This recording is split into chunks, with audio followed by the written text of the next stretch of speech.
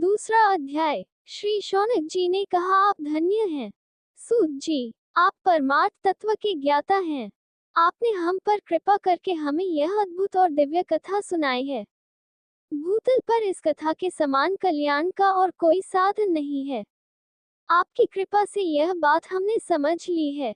सूत जी, इस कथा के द्वारा कौन से पापी शुद्ध होते हैं, उन्हें कृपा पूर्वक बताकर इस जगत को कृतार्थ कीजिए।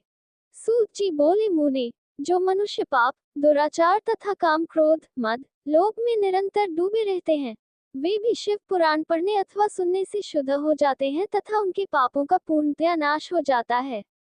इस विषय में मैं तुम्हें एक कथा सुनाता हूँ। देवराज ब्राह्मण की कथा। बहुत पहले की बात है कि रातों के नगर में देवराज नाम का एक ब्राह्मण रहता था। वह ज्ञान में दुर्बल, गरीब, रस बेचने वाला तथा वैदिक धर्म से विमुख था। वह स्नान संध्या नहीं करता था तथा उसमें वैश्य वृत्ति बढ़ती ही जा रही थी। वह भक्तों को ठगता था।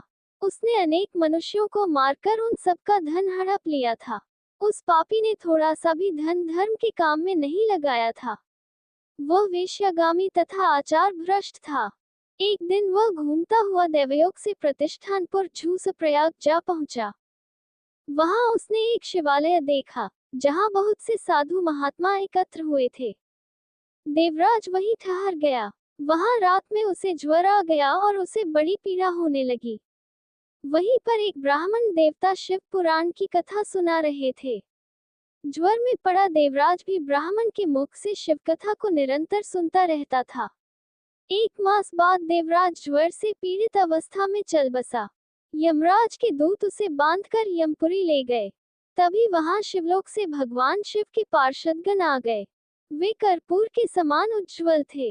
उनके हाथ में त्रिशूल, संपूर्ण शरीर पर भस्म और गले में रुद्राक्ष की माला उनके शरीर की शोभा बढ़ा रही थी। उन्होंने यमराज के दूतों को मार पीट कर देवराज को यमदूतों के चंगुल से छुड़ा लिया और वे उसे अपने अद्भुत विमान में बिठाकर जब कैलाश पर्वत पर ले जाने लगे तो यमपुरी में कोलाहल मच गया, जिसे सुनकर यमराज अपने भवन से बाहर आए। साक्षात रुद्रों के समान प्रतीत होने वाले इन दूतों का धर्मराज ने विधिपूर्वक पूजन कर ज्ञान दृष्टि से सारा मामला जान लिया। उन्होंने भय के कारण भगवान शिव के दूतों से कोई बात नहीं पूछी। तत्पश्चात शिवदूत देवराज को लेकर कैलाश चले गए और वहां पहुंचकर उन्होंने ब्राह्मण को करुणावतार भगवान शिव के हाथों में सौंप दिया।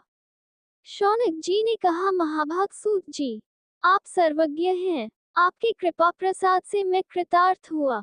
इस इतिहास को सुनकर मेरा मन आनंदित हो गया है। अतः भगवान शिव में प्रेम बढ़ाने वाली दूसरी कथा भी कहिए।